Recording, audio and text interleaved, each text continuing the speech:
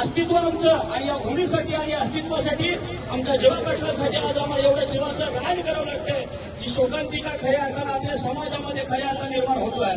आज ही अनेक आंदोलन या महाराष्ट्रामध्ये लोकशाहीचं या संविधानाच्या खऱ्या अर्थानं प्रशासनाच्या संविधानाच्या लोकशाहीने या ठिकाणी आंदोलन होतात. पण आज गेली या आगरी समाजाची एक खऱ्या अर्थाने रश्मीताई या ठिकाणी आगरी समाजाला जागा करण्यासाठी या ठिकाणी बसलेली आहे. पण एकही सरकारकडून एकही महाराष्ट्र सरकारकडून किंवा या परिसरातला एकही आमदार या व्यासपीठाकडे अजून सुद्धा पाहायला तयार नाही. ही आमच्या आगरी समाजाची सगळ्यात महत्वाची खंत आहे. आज आम्ही विचार केला पाहिजे, जर आमचा आमदार ज्यांना आम्ही खऱ्या अर्थानं या मंत्रालयामध्ये पाठवलं, या सरकारमध्ये आम्ही बसण्याची खऱ्या अर्थानं संधी दिली आहे आणि तो आज आमच्या जर भूमिपुत्रासाठी आमच्या न्याय हक्कासाठी इथं जर येऊ शकत नसतील तर यांना खुर्चीवरती बसवण्याचा अधिकार आहे का?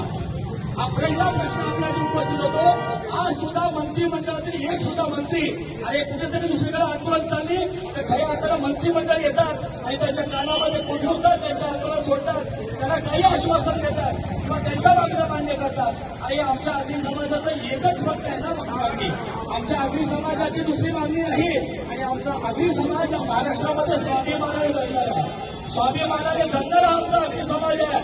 त्या कारणानं आमची एकच मागणी आहे, या एअरपोर्टला आमची भूमी आहे आणि या भूमिपुत्रांचं एक आमचं अस्तित्व आहे. त्या अस्तित्वाचं नाव आहे दिवा पाटील.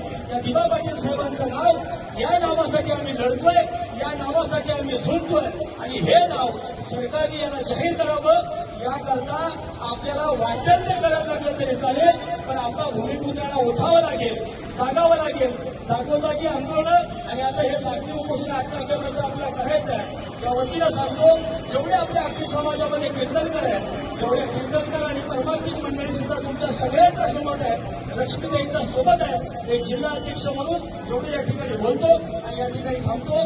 जय हिंद, जय महाराष्ट्र, जय दिवा.